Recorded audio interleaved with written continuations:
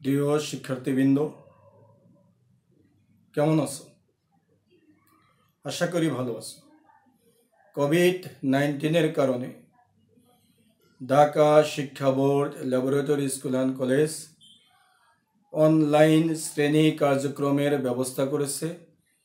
তারই ধারাবাহিকতায় আজকে আমি তোমাদের সামনে একাদশ ও দ্বাদশ শ্রেণীর রসায়ন প্রথম পত্রের দ্বিতীয় অধ্যায়ের একটি টপিকস বা বিষয় নিয়ে আলোচনা করব। আজকে আমি আলোচনা করব কোয়ান্টাম সংখ্যা। আমি গত ক্লাসে বোর পরমাণু মডেল নিয়ে আলোচনা করেছি। সেখানে আমরা বোর পরমাণু মডেল সম্পর্কে ধারণা লাভ করেছি। বোর পরমাণু মডেলের মাধ্যমে কোন একটা কক্ষপথের ব্যাসার্ধ নির্ণয় কিভাবে করতে হয় সেটা আমরা ধারণা পেয়েছি। আজকে আমি কোয়ান্টাম সংখ্যা নিয়ে আলোচনা করব। প্রথমে আসি কোয়ান্টাম সংখ্যা কি। আমরা বোর মডেল অনুসারে জেনেছি যে ইলেকট্রন নির্দিষ্ট শক্তির কতগুলো বৃত্তাকার পথে ঘোরে, অর্থাৎ পরমাণুতে ইলেকট্রন সমূহ বিভিন্ন শক্তির বৃত্তাকার কক্ষপথগুলো ঘুরতেছে। এখন এই একটা ইলেকট্রন কোন প্রধান শক্তি স্তরে আছে, সেই শক্তি স্তরের আকৃতি কেমন, শক্তি স্তরের ত্রিমাত্রিক বিন্যাস কেমন, ইলেকট্রনের ঘূর্ণন দিক কেমন, ঘূর্ণন দিক কোন দিক, এই সম্পর্কিত পূর্ণাঙ্গ ধারণা যে সকল সংখ্যার মাধ্যমে পাওয়া যায় সেই সংখ্যাগুলোকে একত্রে বলে কোয়ান্টাম সংখ্যা। তো কোয়ান্টাম সংখ্যা 4 ধরনের। একটা ইলেকট্রনের মানে পূর্ণাঙ্গ পরিচিতি বলতে গেলে সে কোন প্রধান শক্তি স্তরে আছে, সেই শক্তি স্তরে আকৃতি কেমন, ত্রিমাত্রিক বিন্যাস কেমন, ইলেকট্রনের ঘূর্ণনের দিক কেমন, এই সকল প্রকাশ করার জন্য 4 ধরনের কোয়ান্টাম সংখ্যার প্রয়োজন হয়। এখানে কোয়ান্টাম সংখ্যা 4টি। প্রথম কোয়ান্টাম সংখ্যা, যেটাকে প্রধান কোয়ান্টাম সংখ্যা বলা হয়, সেটাকে আমরা এন দিয়ে, ইংরেজির স্মল এন দিয়ে প্রকাশ করি। দ্বিতীয় কোয়ান্টাম সংখ্যা সহকারী কোয়ান্টাম সংখ্যা, এল দিয়ে প্রকাশ করা হয়। তৃতীয় কোয়ান্টাম সংখ্যা ম্যাগনেটিক বা চুম্বক কোয়ান্টাম সংখ্যা, এম দিয়ে প্রকাশ করা হয়। এবং চতুর্থ হলো স্পিন বা ঘূর্ণন কোয়ান্টাম সংখ্যা, এস দিয়ে প্রকাশ করা হয়।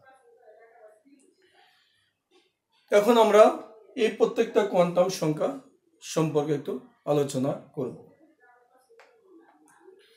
আমরা বোর মডেল অনুসারে জানি যে ইলেকট্রন নির্দিষ্ট শক্তির কতগুলো স্থায়ী বৃত্তাকার পথে ঘুরতেছে। এই স্থায়ী বৃত্তাকার পথগুলোকেই প্রকাশ করার জন্য প্রকাশ করা হয় কোয়ান্টাম সংখ্যা দিয়ে। অর্থাৎ আমরা এন এর মান যদি 1 হয় সেটা প্রথম প্রধান শক্তি স্তর, এটা প্রধান কোয়ান্টাম সংখ্যা মানে দিয়ে প্রধান কোয়ান্টাম সংখ্যা দিয়ে প্রধান শক্তি স্তর বা অরবিট প্রকাশ করা হয়। তো আমরা বোর মডেল অনুসারে জানি যে ইলেকট্রন যে বিভিন্ন কক্ষপথে ঘুরতেছে, নিউক্লিয়াসের সবচেয়ে কাছের কক্ষপথকে প্রথম শক্তি স্তর বা প্রথম অরবিট বা সেটাকে আমরা কে দিয়ে প্রকাশ করি। এরপরের তাকে আমরা দ্বিতীয় শক্তি স্তর, সেটা এল দিয়ে, তৃতীয় শক্তি স্তর, এরপরে তা তৃতীয়। সেই যে এন এর মান যদি 1 হয়, এন এর মান দিয়ে প্রকাশ করে। এন এর মান যদি 1 হয় সেটা হলো প্রথম প্রধান শক্তি স্তর,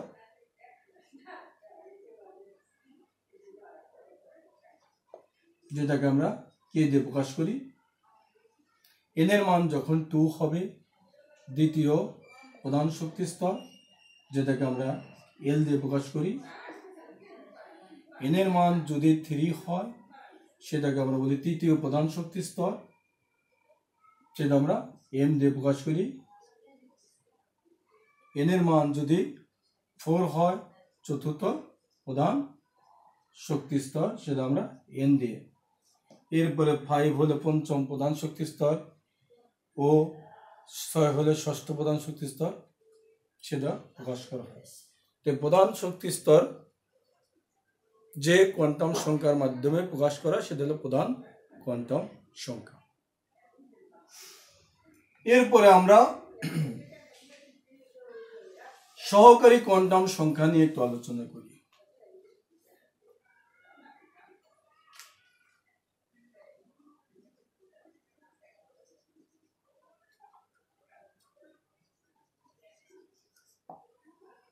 সহকারী কোয়ান্টাম সংখ্যাকে এল দিয়ে প্রকাশ করা হয়।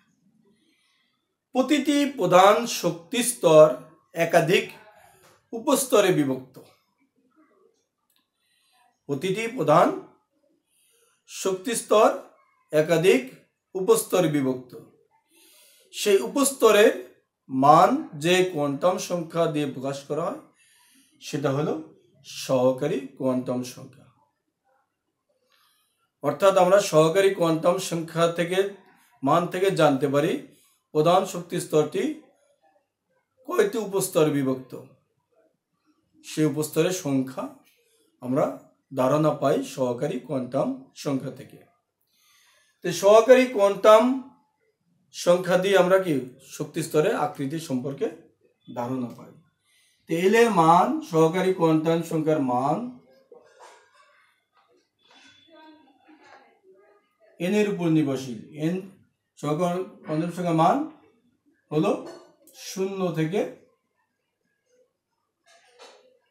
n-1 পর্যন্ত। অর্থাৎ n এর মান যদি 1 হয়, n এর মান 1 হলে l সমান সমান কি হবে? 0 n-1 0 হবে, n-0। n এর মান যদি 2 হয়, তাহলে কত হবে? l সমান সমান হবে n-1 কত? 1। তাহলে 0 থেকে 1, একটা 0 একটা 1, দুইটা মান পাই, তাহলে উপস্তর কয়টা হবে? দুইটি উপস্তর হবে, দুইটা উপস্তর।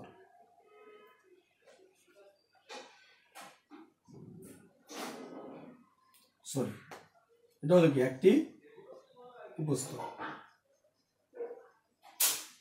আর দুইটা পাইছে, এটা হলো কি দুইটা উপস্তর। n এর মান যদি 3 হয়, তাহলে n-1 2 হবে। তাহলে 0 থেকে 2, 0 1 2, তিনটা মান পেয়েছে। উপস্তর কয়টা হবে? তিনটা উপস্তর। অতএব আমরা এখান থেকে দেখতে পাইলাম যে কি এল এর মান থেকে উপস্তর সংখ্যা পাই। এল এর মান একটা, উপস্তর একটা। এল এর মান দুইটা, উপস্তর দুইটা। এল এর মান তিনটা, উপস্তর তিনটা। অর্থাৎ প্রথম শক্তি স্তরে একটি উপস্তর আছে, দ্বিতীয় শক্তি স্তরে দুইটা উপস্তর, তৃতীয় শক্তি স্তরে তিনটা উপস্তর। এখন এই উপস্তরগুলোকে আবার নির্দিষ্ট করে চিহ্নিত করা হয়েছে।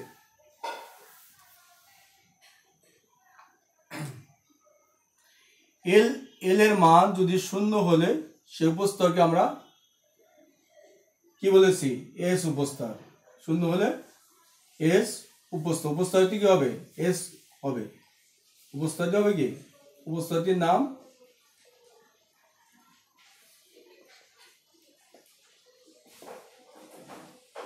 এস। এল এর মান যদি 1 হয়, সে উপস্তরটির নাম হলো পি। এল এর মান যদি 2 হলে উপস্তরটির নাম ডি। এল এর মান যদি 4 হয়, সরি 4 বলতে 3, এল এর মান 3 হলে উপস্তরটির নাম হলো এফ। এল এর মান 4 হলে উপস্তরটির নাম জি। এরকম জি। এর আমাদের যে ইলেকট্রন গুলো আছে, পরমাণুগুলো আছে, তাদের জন্য এফ পর্যন্ত উপস্তর আছে।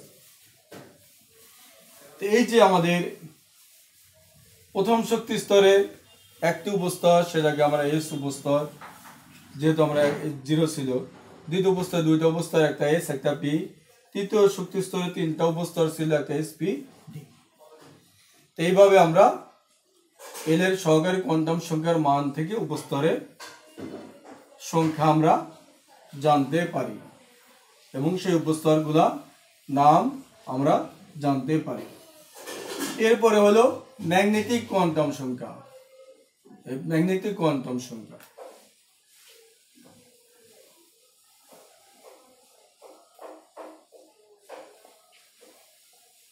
যেটা গেম দিয়ে প্রকাশ করা হয়। পরমাণু ভিতরে ধনাত্মক আধানযুক্ত নিউক্লিয়াস আছে, বিদ্যুৎ চার্জ আছে। ইলেকট্রন গুলা ঋণাত্মক আধানযুক্ত। এই চার্জিত কণা গুণনের ফলে একটা চুম্বক ক্ষেত্র তৈরি হয়। এই চুম্বক ক্ষেত্রের কারণে এই উপস্তরগুলোর আবার ত্রিমাত্রিক বিন্যাস ঘটে। ত্রিমাত্রিক বিন্যাস ঘটে অর্থাৎ উপস্তরগুলো আবার একাধিক উপস্তরে বিভক্ত হয়। এই উপস্তরগুলোর যে ত্রিমাত্রিক বিন্যাস সম্পর্কিত ধারণা পাওয়া যায় ম্যাগনেটিক কোয়ান্টাম সংখ্যা থেকে।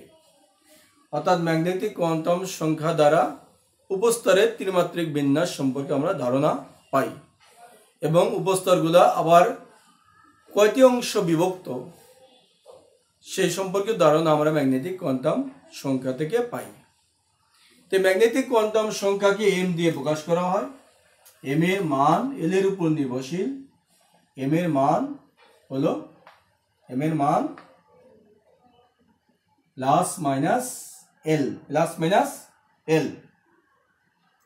অর্থাৎ এল এর মান যদি 0 হয়, এম এল সমান সমান 0 হলে এম সমান সমান কি 0, কারণ 0 প্লাস মাইনাস।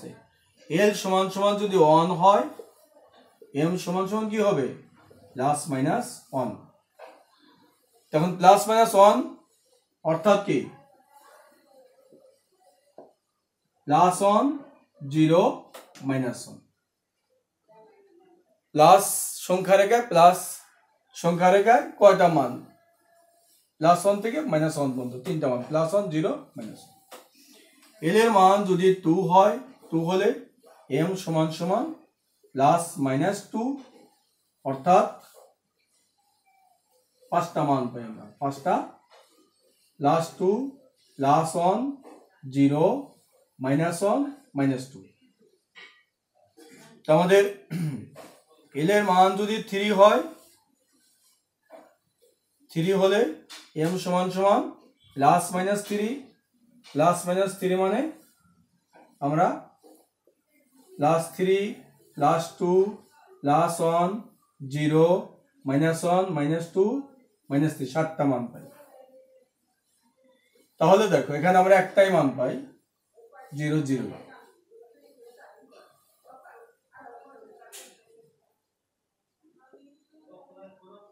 এখন দেখো আমাদের এই যে এল এর মান 0 হলে উপস্তরকে আমরা কি বলেছি এস উপস্তর ত্রিমাত্রিক বিন্যস্ত হয় না এক, কিন্তু যেটা এল এর মান 1 হলে সে পি উপস্তরকে ত্রিমাত্রিক বিন্যাস হয়ে আবার তিনটা অংশে বিভক্ত হয়ে যায়। এল এর মান 2 হলে আমরা কি ডি উপস্তরটি আবার কি 5টা অংশে বিভক্ত হয়ে যায়। 5টা অংশে কি বিভক্ত হয়ে যায়। এল এর মান 3 মানে কি এফ উপস্তরটা আবার কি 7টি অংশে বিভক্ত হয়ে যায়। অর্থাৎ এল উপস্তরটি আবার 7টি অংশে বিভক্ত। আমরা এই প্রতিটা অংশে, যেটাকে অরবিটাল বলা হয়, প্রতিটা অংশে 2টা করে ইলেকট্রন। এইখানে এস অরবিটালে 2টা ইলেকট্রন, পি অরবিটালে 6টা। যেহেতু পি অরবিটাল 3টা অংশে বিভক্ত আর প্রতিটা অংশে 2টা করে ইলেকট্রন, প্রতিটা মানে অংশ 2টা করে ইলেকট্রন, 6টা ইলেকট্রন। ডি অরবিটালে তাহলে 5 2 10, 10টা ইলেকট্রন, 5টা অংশ বিভক্ত। আবার এ উপস্তরটি 7টি অংশ বিভক্ত, 7টি অরবিটাল বিভক্ত, সেখানে 7 2 14টা ইলেকট্রন থাকতে পারে। এই ম্যাগনেটিক কোয়ান্টাম সংখ্যা থেকে আমরা উপস্তরের ত্রিমাত্রিক বিন্যাস এবং উপস্তরে কয়টি অংশ বিভক্ত সে সম্পর্কে ধারণা পাই। চতুর্থ হলো স্পিন কোয়ান্টাম সংখ্যা। স্পিন কোয়ান্টাম সংখ্যা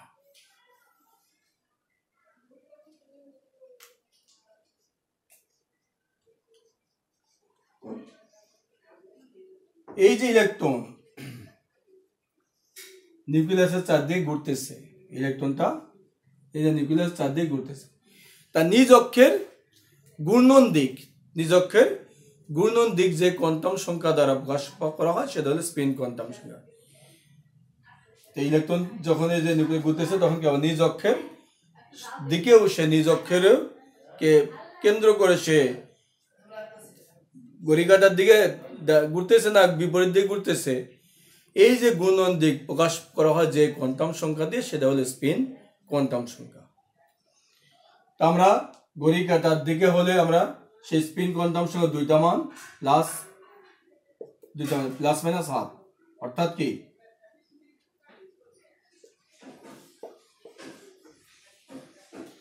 প্লাস হাফ মাইনাস হাফ।